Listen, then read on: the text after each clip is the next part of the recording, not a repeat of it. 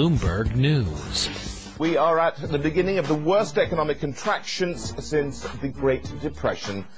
Those are the words of Marc Faber. He's managing director of Marc Faber Limited and publisher of the Gloom, Boom and Doom report. He joins us from Zurich to discuss his 2009 outlook and investment strategy based on the global economic turmoil.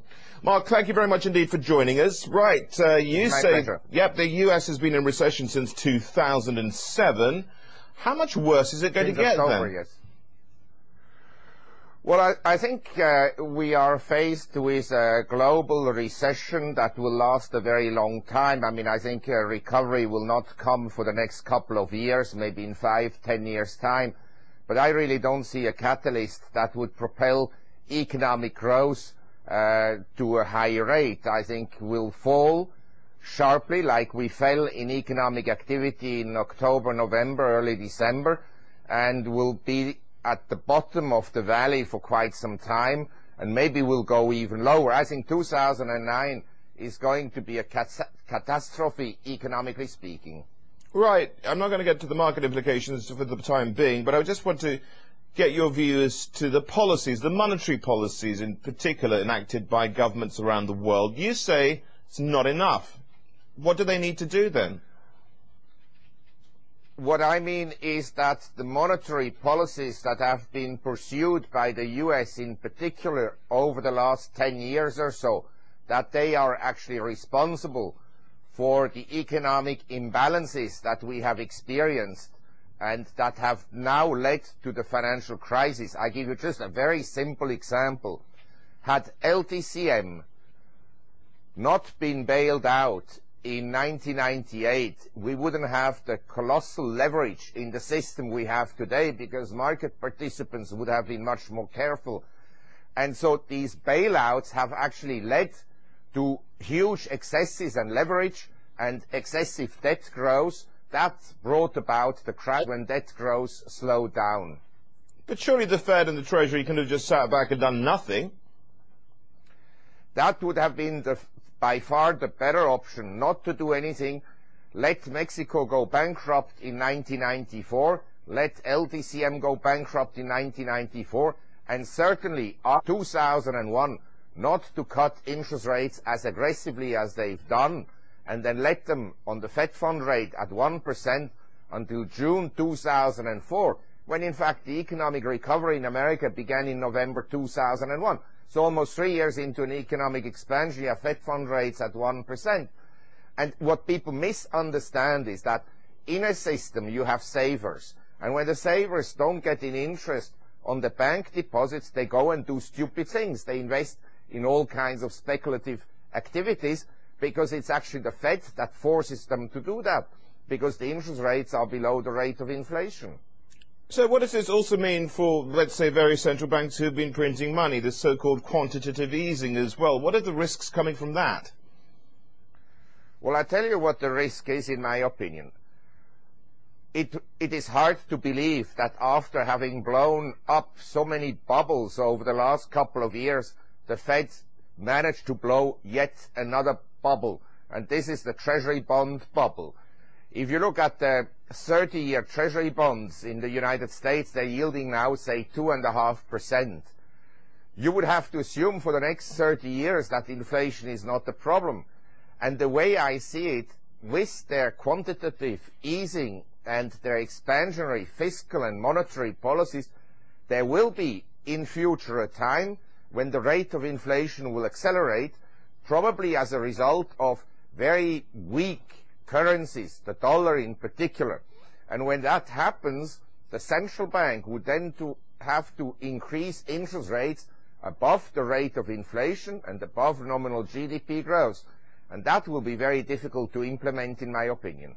Marc, you know, the thing is, you're predicting a severe contraction looking ahead next year. You know, do you think markets have already factored that in? Well, basically, we became very oversold on November 21st of this year, and then we had a rebound of essentially 20% on the S&P. And I think markets may rebound somewhat more. But after that rebound, I think that markets will drift again lower, because the valuations are not that compelling They are, say, compelling compared to treasury bill yields that are zero, but they're not compelling on a PE basis or on dividend yields or on book values. And I think that corporate earnings will go down and then stay depressed for quite some time.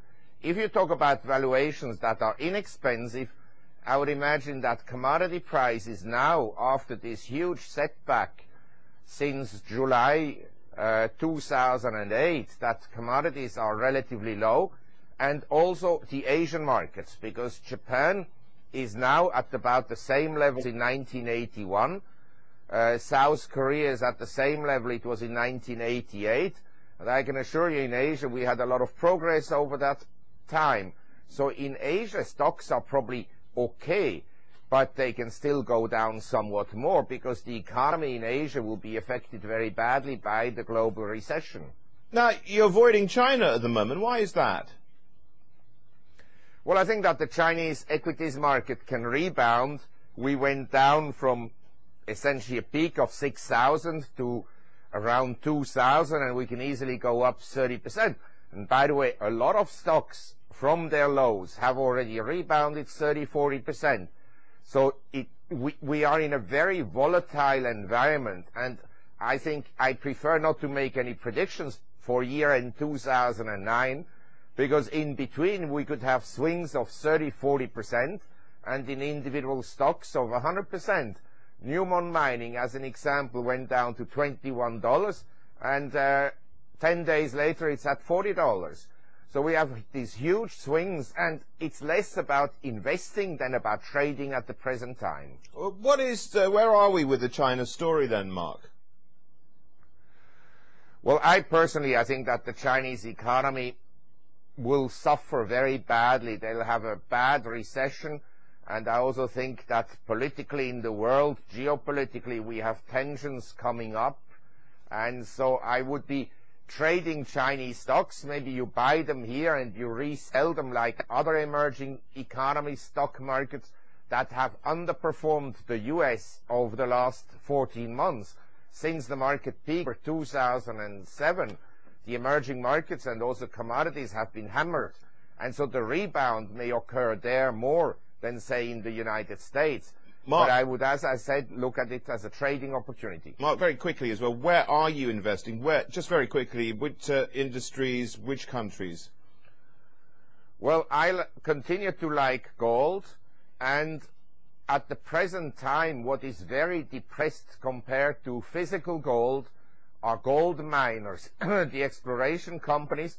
I would also say that oil at around this level is becoming attractive, and that oil companies are reasonably attractive. So these are the investments I would carry out at the present time.